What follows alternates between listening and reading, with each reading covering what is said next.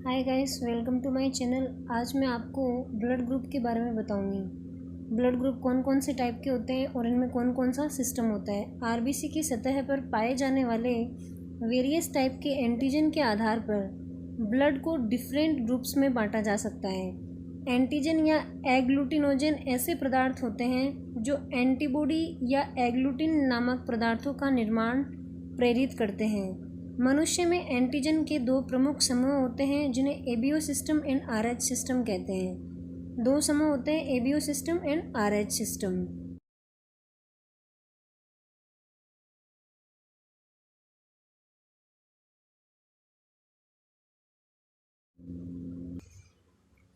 इसमें पहला आता है एबीओ सिस्टम। एबीओ सिस्टम में दो प्रकार की एंटीजन होती हैं। इसमें antigen A and antigen RBCs की सतह पर पाई जाती हैं। ये ग्लाइकोप्रोटीन होती हैं। इस सिस्टम की खोज लैंड स्टीनर ने 1900 में की थी। प्लाज्मा में दो प्रकार की एंटीबॉडी एंटी ए या स्मॉल ए तथा एंटी बी या स्मॉल बी पाई जाती हैं। ये एंटीजन ए और बी के अगेंस्ट कार्य करती हैं। यदि किसी व्यक्ति के ब्लड में उससे भिन्न या डिफरेंट ब्लड ग्रुप का ब्लड मिला दिया जाता है तो एंटीजन एंटीबॉडी रिएक्शन के कारण उसके इरिथ्रोसाइट्स यानी आरबीसीज परस्पर चिपक कर गुच्छे बना लेते हैं। इस प्रोसेस को क्या बोलते हैं? एग्लूटिनेशन कहते हैं। इसमें क्या होता है, जैसे कोई व्यक्ति होता है, उसका ब्लड ग्रुप ए होता है और उससे डिफरेंट ब्लड ग्रुप को बिना मैच के ही मिला दिया जाता है तो उसके अंदर गुच्छे बन जाते हैं ब्लड में, और इस जो प्रोसेस होती है उसको बोलते हैं एग्लूटिनेशन। यदि किसी व्यक्ति को ब्लड ग्रुप मैच किए बिना ही ब्लड दे दिया जाता है तो इस प्रोसेस के कारण उसकी डेथ हो सकती है। इसीलिए ब्लड ग्रुप मैच करके ही ब्लड दिया जाता है। ब्लड ग्रुप के ओ व्यक्तियों को सर्वदाता यानी यूनिवर्सल डोनर कहा जाता है क्योंकि इनका ब्लड ग्रुप दूसरे ग्रुप वाले व्यक्तियों को दिया जा सकता है।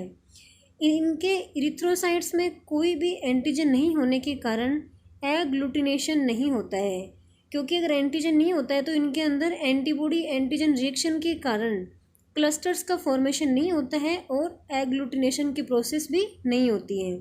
ब्लड ग्रुप ए बी वाले यूनिवर्सल रेसिपिएंट यानी सार्वत्रिक ग्राही होते हैं। ये किसी भी अदर ग्रुप से ब्लड अपटेक कर सकते हैं और ये केवल ए बी ग्रुप वाले को ही ब्लड दे सकते हैं। इसके बाद में एक टेबल आती है human blood group ABO system की। इसमें ओ होता है, वो यूनिवर्सल डोनर होता है। इसमें एंटीजन अब्सेंट होते हैं, एंटीबॉडीज़ दोनों पाई जाती हैं, ए और बी। डोनर ये किस किस को दे सकता है? ए ग्रुप को दे सकता है, बी को दे सकता है, ए बी को दे सकता है और ओ को दे सकता है। रेसिपिएंट इसमें सिर्फ होता है ओ, ये सिर्फ ओ से ही ले सकता है। इंडिया के अंदर इनकी परसेंटेज कितनी होती है? 34.5% होता है।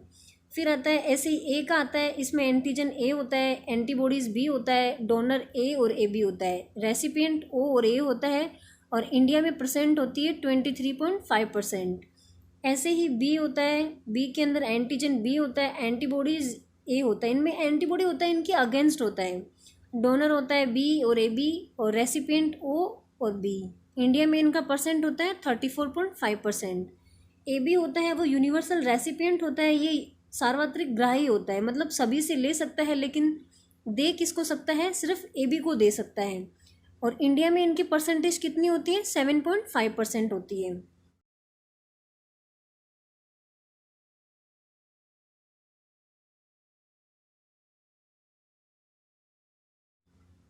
ये था एबीओ सिस्टम। इसके बाद में सेकंड आता है आरएच सिस्टम। इसकी खोज भी किसने की थी? लैंड स्टीनर एवं वीनर ने की थी 1940 में। ये खोज किस में की गई थी? रिसस मंकी में। रिसस मंकी में ये खोज की गई थी। यह सिस्टम इरिथ्रोसाइट सरफेस पर आरएच एंटीजन की प्रेजेंस और अब्सेंस पर बेस्ड होता है।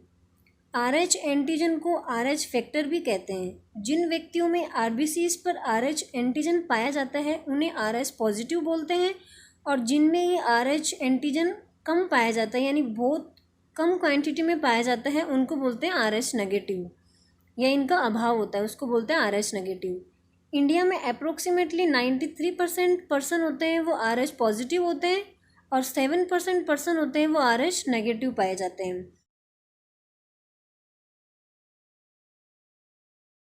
RH एंटीजन के अगेंस्ट प्लाज्मा में प्राकृतिक यानी नेचुरली रूप से कोई एंटीजन या एग्लूटिन नहीं पाई जाती है। यदि RH व्यक्ति को बार बार RH पॉजिटिव ब्लड दिया जाता है तो RH नेगेटिव व्यक्ति में एंटी RH नेगेटिव एंटीबॉडी या एग्लूटिनिन उत्पन्न हो जाते हैं।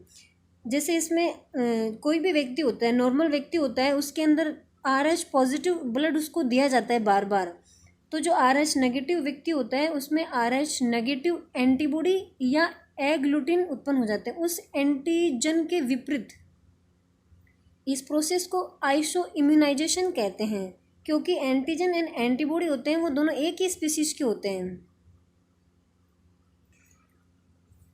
फिर अपन आगे देखते हैं, यदि RH नेगेटिव मदर एक से अधिक बार RH पॉजिटिव बेबी से युक्त गर्भधारण यानी प्रेगनेंसी करती है तो RH फैक्टर के कारण डेंजरस सिचुएशन पैदा हो जाती है। RH फैक्टर होता है वो इनहेरिटेंट होता है, RH प्रभावी तथा RH नेगेटिव होता है वो अप्रभावी होता है। RH पॉजिटिव होता है वो डोमिनेंट होता है और RH नेगेटिव होता है वो रेसेसिव होता है।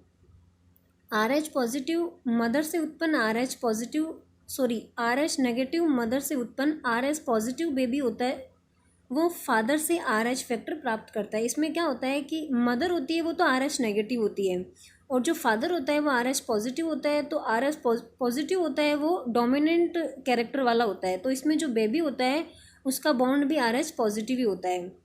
गर्भस्थ RH पॉजिटिव शिशु से डिलीवरी के समय RH नेगेटिव एंटीजन मदर के ब्लड में इंटर कर जाते हैं। मदर के ब्लड में इस एंटीजन के कारण एंटीजन RH एंटीबॉडीज उत्पन्न हो जाती हैं। सामान्यतः नॉर्मली एंटीबॉडीज़ इतनी अधिक मात्रा में नहीं होती हैं जो फर्स्ट बेबी को हार्म कर सके। तो इसमें प्रोसेस आपको समझ आ गई होगी आई होप। इसमें क्या होता है कि RH पॉजिटिव जो होता है फादर होता है और RH नेगेटिव होती है वो मदर होती है, तो इनका जो फर्स्ट बेबी होता है वो RH पॉजिटिव ही होता है। तो RH पॉजिटिव बेबी होता है वो फर्स्ट बॉर्न होता है तब तो वो बच जाता है, लेकिन जब सेकंड बेबी होता है तो उसकी डेथ हो जाती है, क्योंकि फर्स्ट बेबी में क्या होता है कि जो भी एंटीबॉडीज़ बनती हैं वो बहुत कम मात्रा में बनती हैं, इसलिए फर्स्ट बेबी को हार्म नहीं कर सकती हैं। बट बाद में जब गर्भधारण यानी प्रेगनेंसी की स्थिति होती है तो मदर के ब्लड से एंटी-RH एंटीबॉडीज़ प्लेसेंटा द्वारा गर्भस्थ शिशु के ब्लड में पहुंचकर बेबी के इरिथ्रोसाइट्स को डिस्ट्रॉय कर देती हैं, यानी जो RBCs होती हैं उनको डिस्ट्रॉय कर देती हैं। न्यूबॉर्न बेबी के इस डिजीज़ को इरिथ्रोब्लास्टोसिस फोइटेलिस कहते हैं। इस रोग से ग्रसित शिशु को रिसस शिशु यानी रिसस बेबी कहते हैं।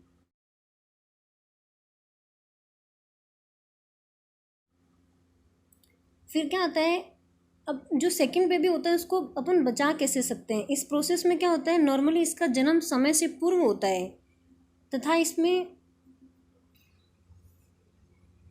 इसमें ब्लड की लेग क्वांटिटी पाई जाती है, यानी ब्लड होता है वो बहुत कम मात्रा में पाया जाता है। बेबी के टोटल ब्लड को प्योरीफाई ब्लड द्वारा रिप्लेस करके बेबी को बचाया जा सकता है और डिलीवरी से ठीक पूर्व लगभग 72 आवर्स के भीतर RH मदर को एंटी-RH बॉडी का इंट्रावेनस इंजेक्शन देकर भी बेबी को बचाया जा सकता है। आई होप आपको ये वीडियो समझ में आया होगा। अगर आपको पीछे के वीडियो देखने हैं तो मेरे चैनल को सब्सक्राइब करें, लाइक करें और शेयर करें। थैंक्स।